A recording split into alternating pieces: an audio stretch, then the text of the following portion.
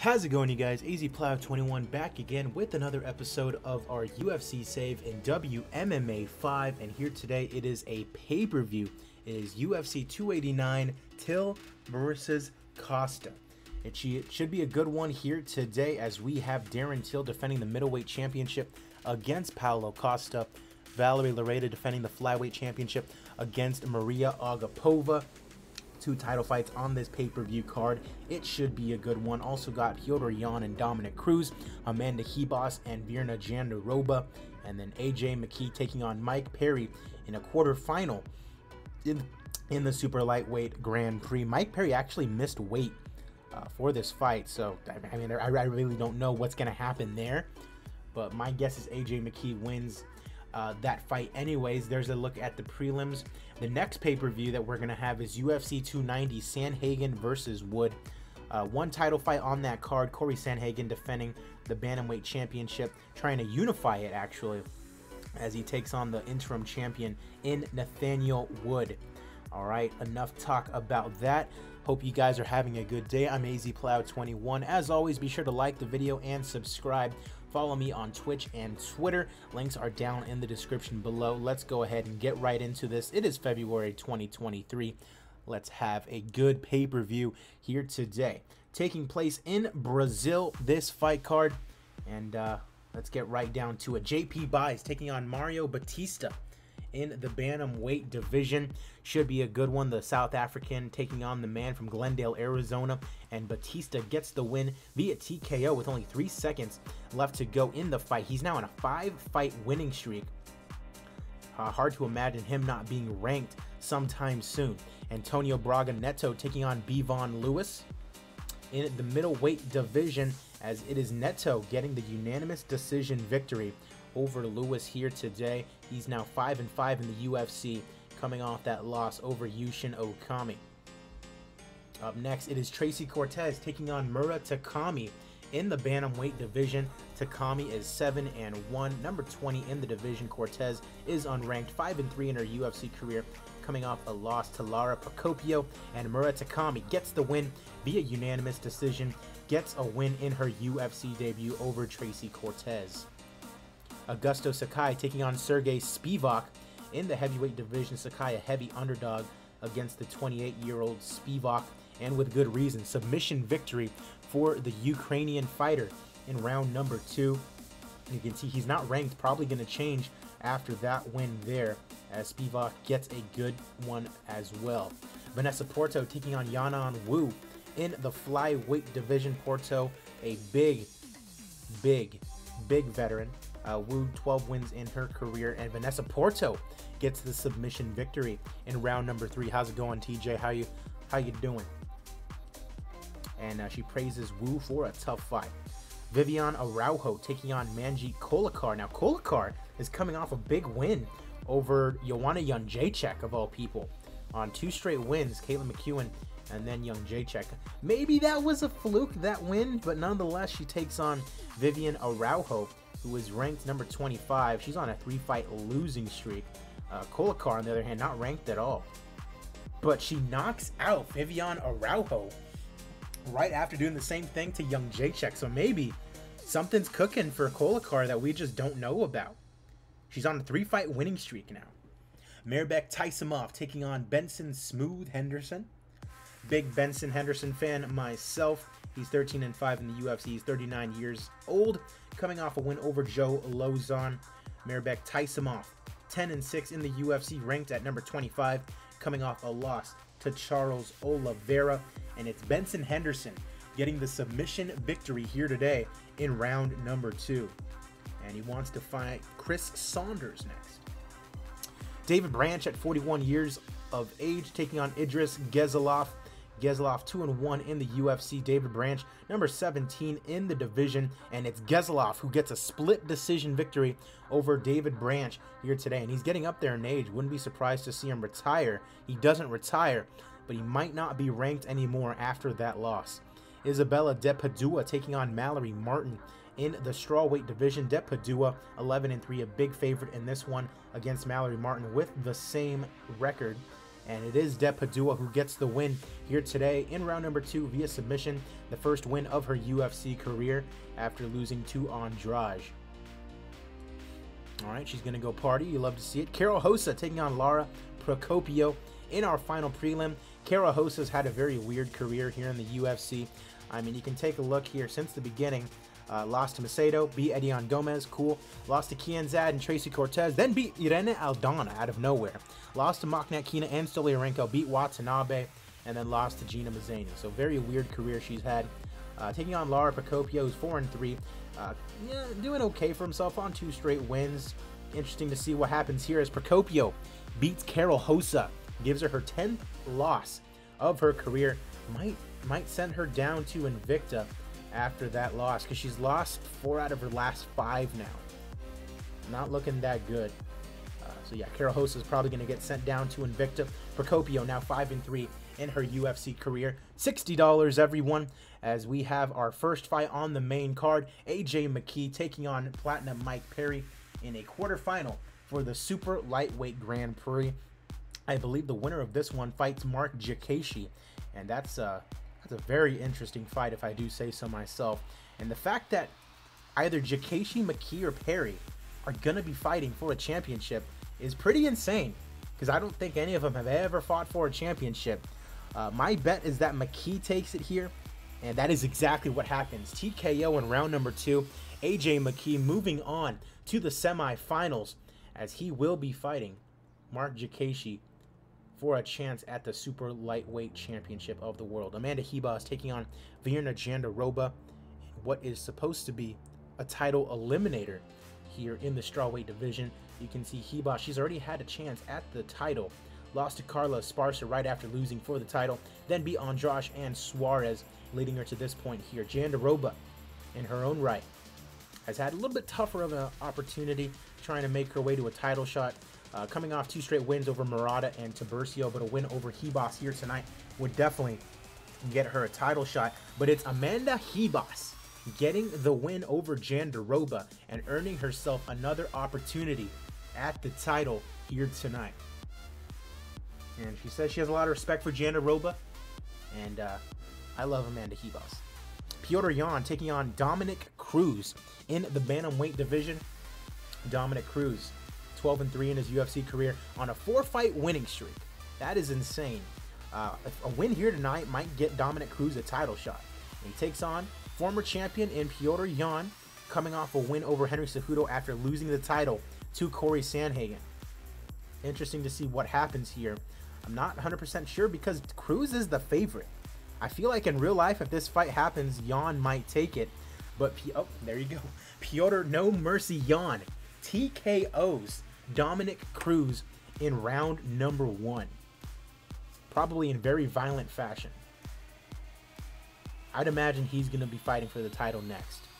Valerie Loreda taking on Maria Agapova for the flyweight championship of the world. Agapova is 15-1, undefeated in her UFC career. She's gone through Ostovich, Botello, Carmouche, Paige Van Zandt, Jessica I, Marina Morosh, and Molly McCann, and all of them via TKO or knockout. She is the underdog here tonight to Valerie Loreda, 5-0 in her UFC career. She has had the pleasure of beating Agnieszka Niedźwiedź, Viviane Araujo, Andrea Lee, Valentina Shevchenko, and then beating Montana De La Rosa via TKO to win the flyweight championship of the world. And she defends her title here today. 24 years of age, already low-level international. This girl is a star, and I mean, you can see why, obviously, as we get this co-main event underway. The UFC flyweight title is on the line, and we are underway. A touch of the gloves. The fan in me wants Loreda to win and keep her streak going, but Agapova has looked really good as well. 2 inches taller as well. It's going to be very interesting to see. Agapova a little encouraged. Right head kick from Loreda. Agapova's wobbly in the clinch now. Knocked out. Agapova's knocked out. Ladies and gentlemen, your winner by knockout after a Muay Thai knee. And still, the flyweight champion of the world, Valerie Loreda. Well done, Valerie. I don't know what else to say. She's only 24 years old, and she can be one of the best of all time if she keeps going at this rate. Main event of the evening, Darren the Gorilla Till taking on Paulo Costa for the middleweight championship of the world. And Paulo's had a little bit of a journey to get back into this shot at the title. Lost to Adesanya, the very first fight on the save. Tavares, he went through. Jack Hermanson, Lyoto Machida. And then he lost to Jacare Sosa. And then he beat Adesanya. He got that rematch and he knocked him out. But then he lost to Theodorou. And that's how Theodorou earned a title shot. And he's beaten Weidman and then Lovato in successive fashion. So he's earned his way back into a title shot. And because of that, he is the favorite here today against Darren Till, who's training out of Nova União, and I find that hilarious. But Till has been unstoppable in this save.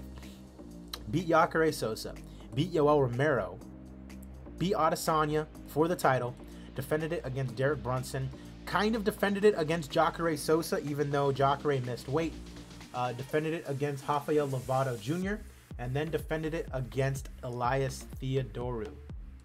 So that is where we stand right now. It is now Till and Costa for the middleweight championship of the world. It is our main event here tonight. Mario Yamasaki is the referee. That's always scary. We are underway, starting with the touch of the gloves, meeting in the center. Left hook is avoided at the last second. Costa lands a nice left hook. Ooh, Costa's on rubbery legs. Till trying to get him in a Muay Thai clinch. Uh-oh. Uh-oh. Here comes a knee. I feel like here comes a knee. Coming together to strike. Oh, they must have gotten out of the Muay Thai clinch. Halfway through round number 1 and Till looking good. Left hook to the side of the body. Engaging in the center. Till connects with the left hand. Nothing really landing significant. Looks like Till's doing very well in this fight thus far. Till has a right hook blocked. Costa connects cleanly. Roundhouse kick to the body as the first round is going to end, and I believe Till won it. Apparently it's going to Costa, even though he got rocked in that round. Interesting. Body kick is parried away. Costa can't hit a left cross. Till studying his opponent. Whatever happens, it's going to be very violent, I believe. Whoever ends up winning this fight. I don't think it's going to go to a decision, in my humble opinion. Uh-oh. Powerful right head kick. Costa wobbles, then falls. Uh-oh. It might be over. Oh, no. It's going to be over. With Costa taking a beating, Mario Yamasaki has to step in. Ladies and gentlemen, your winner via TKO and still the middleweight champion of the world, Darren the Gorilla Till. An unbelievable title defense here tonight for Darren Till. I don't even know who his next opponent's going to be. We'll have to see right now. Let's see what the performance bonuses are going to be. Ooh. We're going to give the main event fight of the night. Performance bonus for Petr Yan. Getting it done very quickly. And I'll give one to Manji Kolakar as well. Congratulations. Look at that. A $37 million profit on pay-per-view. Highest paid fighters, Dominic Cruz, who lost. Darren Till, Petr Yan, Paulo Costa. Love to see it. After this, we're going to update our rankings and think about what is next for Darren Till. I mean, he's getting through everybody. It's going to be tough to find someone who's going to beat Darren Till. I really don't think there's going to be anyone that can do it. We will have to see. As always, I appreciate you guys. I'm AZPlow21. Be sure to like the video and subscribe. Leave me a comment down below. Let me know what you guys are thinking about the save, what you like, what you don't like, who your favorite fighter is, and how they are doing in my save. Yeah, I'm loving this save. I'm going to keep doing it for as long as I possibly can because I love playing this game and I love the, the drama behind it and all of that. Setting up the fights, finding out who's good, who's bad, and all that good stuff. It's going to be very interesting once we get into, like, a year or two from now in game, when all the regenerated fighters start to like creep into the top 25 and whatnot, because I feel like that's when the game is really flourishing, you know, when there's a good deal. John Jones. Ooh, John Jones. Are you saying maybe Tilt go up to light heavyweight? I don't know if you'd be able to do that, honestly. He was a welterweight, and I doubt John Jones would be able to make middleweight. But that would be very interesting, honestly, Hockey. But yeah. What was I talking about just now? Oh, but yeah. I don't see myself stopping this save anytime soon. If anything, I see myself creating a new save. I've been thinking about doing a PFL save, where I do the exact same thing that they do in real life, where they have like their season format. So that's something that I'm thinking about doing. Let's go ahead and update our rankings here and take a look. Dennis Goltsov, who in real life just got a win in PFL, into the top 25. At light heavyweight, nothing going on. At middleweight, David Branch down to number 21, and some people move up as a result. Ponzinibbio back into the welterweight scene at number 12. We're gonna have to get rid of Mike Perry. At lightweight, Benson Henderson in the top 25. You'd love to see it. At featherweight, nothing going on. At bantamweight, Dominic Cruz moves down. Piotr Jan in at number 4. Michael McDonald fighting Ricky Simon soon. If McDonald wins over Simon, how has Simon been doing? Simon lost to Dominic Cruz and lost to Jan. I feel like, because when is McDonald fighting? That's in April, and that's January, February, March, April. Ooh, yeah, it's gonna be Jan next. It's gonna have to be Jan next, and then Michael McDonald will probably fight Cruz or somebody else. He's gonna have to fight somebody else before he gets another, before he gets a title shot. He's on a good streak, don't get me wrong, but a lot of these fighters were not the best caliber. So we'll have to see a little bit more from Michael McDonald should he get past Ricky Simon. Either that or he just waits, because Peter Yan is next. He's been the champion. He's got a couple good wins under his belt. He earns that title shot. So let's go ahead and set it here. Unification, that's already scheduled. And then Yan. All right. And as far as middleweight, Paulo Costa is still there at number 2. Costa is still there at number 2. Rodolfo Vieira fighting Fabian Edwards, who's like number 10, I believe. So I don't know about that. Kelvin Gastelum beat Antonio Carlos Jr. When is that Vieira fight happening? In March. At the next pay-per-view. Fabian Edwards is 6-0. I don't know, man. I'm not sure. Because I feel like Gastelum might deserve a title shot. Breeze isn't back. Theodoro, I believe, is coming back this month. He just fought for the title. We might do Kelvin Gastelum versus Theodoro. I feel like that'd be interesting. Lovato still needs a fight. PFL sucks in your save. That sucks. So yeah, my thinking is Vieira, but a win over Edwards still wouldn't be that. I don't think that would really do it. But he would be on a how many fight winning streak? 1, 2, 3, 4, 5, 6, 7 fight win streak.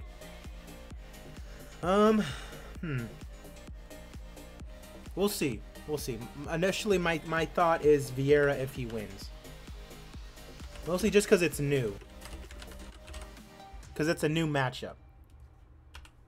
We already know it's Nardiev down here after the Woodley fight.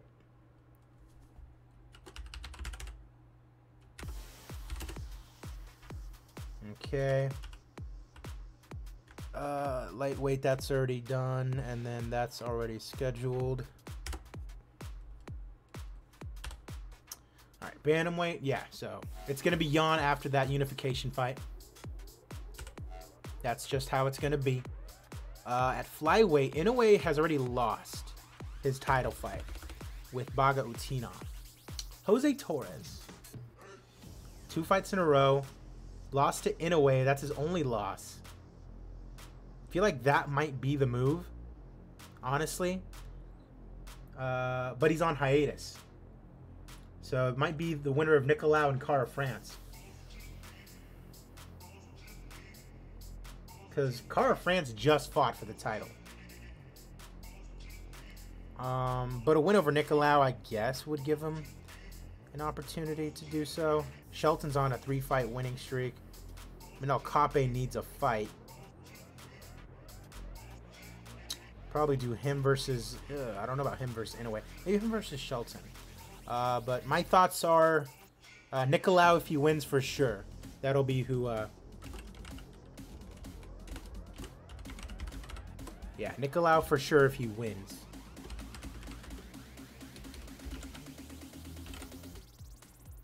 For sure. All right. No movement there as well. At featherweight, we have the Spencer and Holm fight. That's going to determine... oh, actually, I think... yeah, because Spencer already lost to Holly Holm. So yeah, Holly Holm is next. Holly Holm is next in line for the featherweight belt. Got Cyborg there. She needs to get a fight whenever she comes back in 49 days. Love to see it. At bantamweight, there's no movement. Pena's ready to go is Nunes. That's probably going to be this month. That is going to be this month. All right. At flyweight, Agapova all the way down to number 10. Yikes. At flyweight, what are we going to do here? Agapova loses in the title fight. Ooh, looks like Dern Robertson. Yeah, it's looking like it. The winner of Dern Robertson.